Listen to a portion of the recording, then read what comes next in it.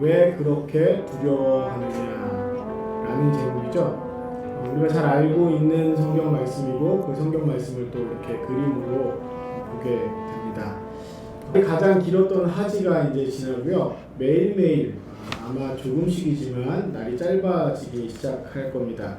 매일 똑같은 하루 같지만 사실은 그 하루하루가 세심하게 살펴보면 변화가 있고 또 그 변화가 나중에 굉장히 크게 우리의 삶에 영향을 미치게 되어 있습니다. 그 바라보는 매일매일 바라봤을 때 하나님 아버지의 섬세함을 세심함을 또한 느낄 수 있습니다. 지난주에 우리가 말씀을 통해서 잠시 주님의 구원은 굉장히 세심함을 나눴습니다.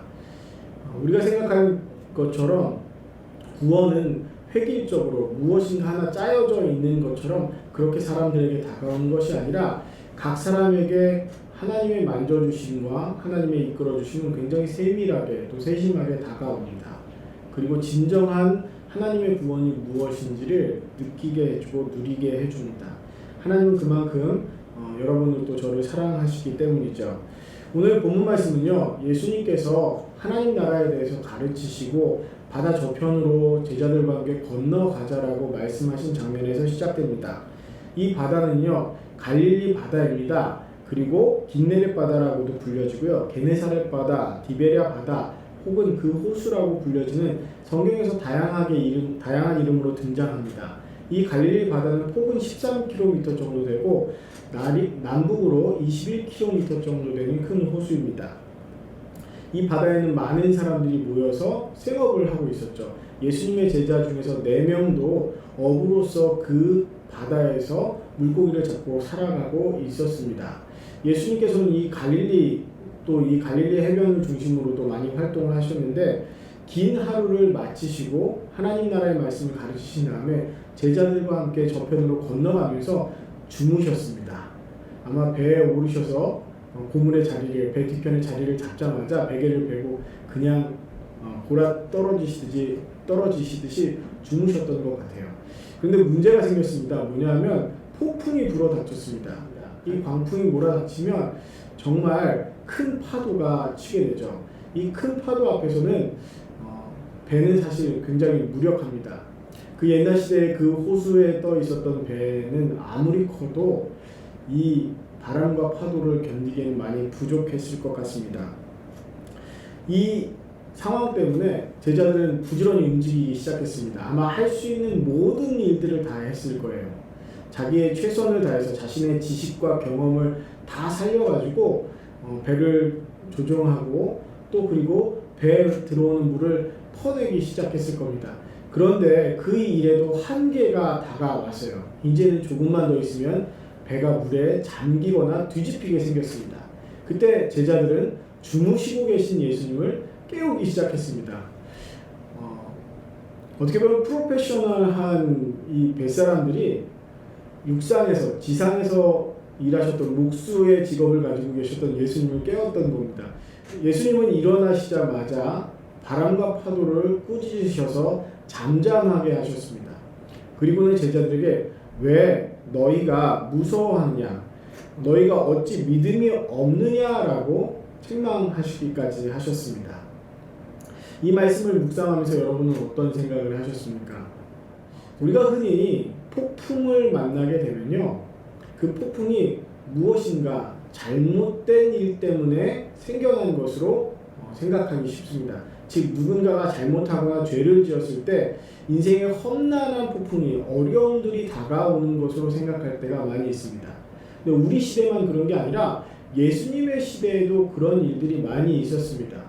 누군가가 고난과 어려움 가운데 있잖아요. 그러면 그를 향해서 무슨 죄가 있든지 혹은 무슨 어려움이 있든지 무슨 잘못을 했든지 라고 생각을 합니다. 요한복음 9장 2절에는요, 예수님의 제자들이 예수님께 이렇게 물어보는 장면이 나옵니다. 제자들이 물어 이르되 라삐여, 이 사람이 맹인으로 난 것이 누구의 죄로 인함이니까, 자기니까 그의 부모니까, 이렇게 묻는 장면이 나옵니다. 여러분은 어떻게 생각하십니까? 그렇다면 여러분, 욥의 고난은 어떤 고난일까요?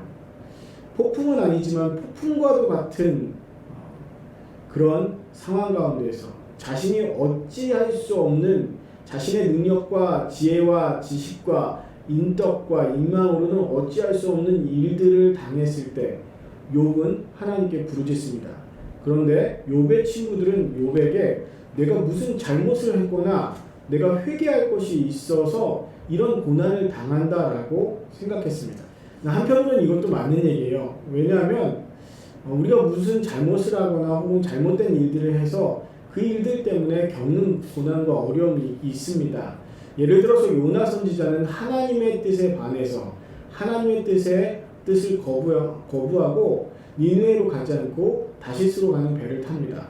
그리고 바다에서 풍랑을 만나요. 그리고 그 풍랑이 무엇 때문에 일어났는지를 정확하게 압니다. 이 풍랑은 나 때문입니다 라고 그는 고백할 수밖에 없었죠. 하나님은 그 풍랑을 통해서 요나의 회개를 받으셨고 요나를 다시 사용하셨습니다.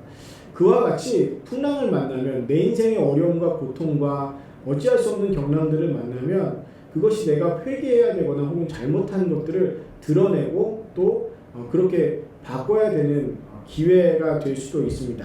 그러나 오늘의 풍랑은 다릅니다. 오늘의 이 풍랑은 하나님의 말씀에, 즉 예수님의 말씀에 순종했던 제자들에게 다가온 풍랑입니다. 누가 먼저 바다 건너편으로 그 밤을 건너가자고 했죠? 바로 예수님이 그렇게 말씀하셨습니다. 그래서 제자들은 같이 주님과 함께 바다 건너편으로 건너간 것밖에는 없습니다. 배를 열심히 몰아서 예수님은 주무실 때 부지런히 움직여서 반대편 해변으로 갔습니다. 그 가운데 풍랑을 만났죠. 그 풍랑 가운데에서 우리가 기억해야 될 것은 예수님이 누구신지를 제대로 볼 기회가 생겼다는 것입니다. 예수님은 풍랑과 파도를 말씀 한마디로 잠잠케 하시면서 그분이 하나님의 아들이심을 참 하나님이시고 참 능력의 종이심을 보여주셨습니다. 마가복음이 말하고자 하는 핵심은 이런 것이죠. 예수님은 누구인가? 그리고 또 한 가지 기억해야 될 것은요. 우리가 만나는 인생의 풍랑은 꼭 우리가 잘못할 때만 다가오는 것이 아니라는 겁니다. 내가 의롭게 살려고 할 때, 내가 하나님의 말씀에 순종해서 살 때, 내가 주님을 모시고 주님께서 원하시는 일을 하려고 할 때도 인생의 풍랑은 만날 수 있습니다. 그때 우리가 해야 될 일은 우리의 가진 수고와 노력과 지식과 경험과 지혜로 안 되는 이 풍랑을 이 문제를 빨리 예수님께 가져가는 것이죠. 예수님께 가져간다는 얘기는 예수님이 누구이신지를 알고 예수님께 그 문제를 맡겨드린다는 것입니다. 오늘 본문 말씀 가운데 예수님께서 왜 두려워하느냐라고 말씀하시면서 믿음이 없는 자들아 라고 책망하시는 장면, 사실 제자들이 그 책망을 들을 때 억울했을 수도 있습니다. 그러나 그것은 믿음이 아예 없다라는 얘기가 아니라 내가 여기 있는데 내가 어떤 존재인지 내가 너희들에게 얘기하고 설명해 줬는데 또 그리고 내가 가자고 했는데 왜 너희는 내가 옆에 있는데 두려워하느냐라는 얘기죠. 왜 나를 깨우고 나와 함께 하지 않고 저 풍랑만을 바라보았느냐라고 말씀하시는 것입니다. 우리는 문제가 생겨나면 문제를 바라보기에 급급합니다. 그러면 문제가 정말 태산처럼 크게 커져갑니다. 그러나 그 문제가 아니라 주님을 바라보고 하나님을 바라보고 그 문제를 주님 앞에 가져가면 주님은 커 보이시고 그 문제는 작아집니다. 그리고 어느덧 그 풍랑이 언제 불었느냐라고 생각할 정도로 고요하고 심히 고요한 바다를 만나게 되는 것이죠. 어떻게 보면 그 풍랑일 때는 주님을 더 잘 알고 주님께 내 문제를 가져가고 주님을 더 깊이 알아가는 시간이 기회가 되는 것입니다. 고린도후서 6장 2절 말씀에 보면 이르시되 내가 은혜 베풀 때에 너에게 듣고 구원의 날에 너를 도왔다 하셨으니 보라 지금은 은혜 받을 만한 때요 보라 지금은 구원의 날이로다 라고 말씀하고 있습니다. 풍랑을 만나셨습니까? 어려운 가운데 있습니까? 문제가 발생했습니까? 내 힘과 지혜와 능력으로 가능하지 않은 것입니까? 내가 말씀대로 애쓰고 살려고 노력하는데 그런 일을 만나셨습니까? 그렇다면 그때는 주님을 더욱더 깊게 만나야 되는 시간이고 그때는 더욱더 주님을 알아가는 시간이 됨을 기억하시기 바랍니다.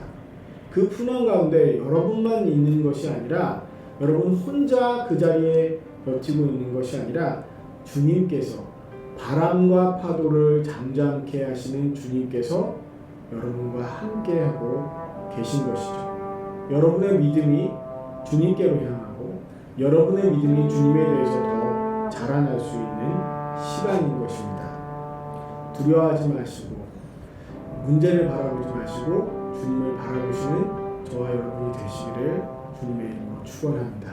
기도하겠습니다.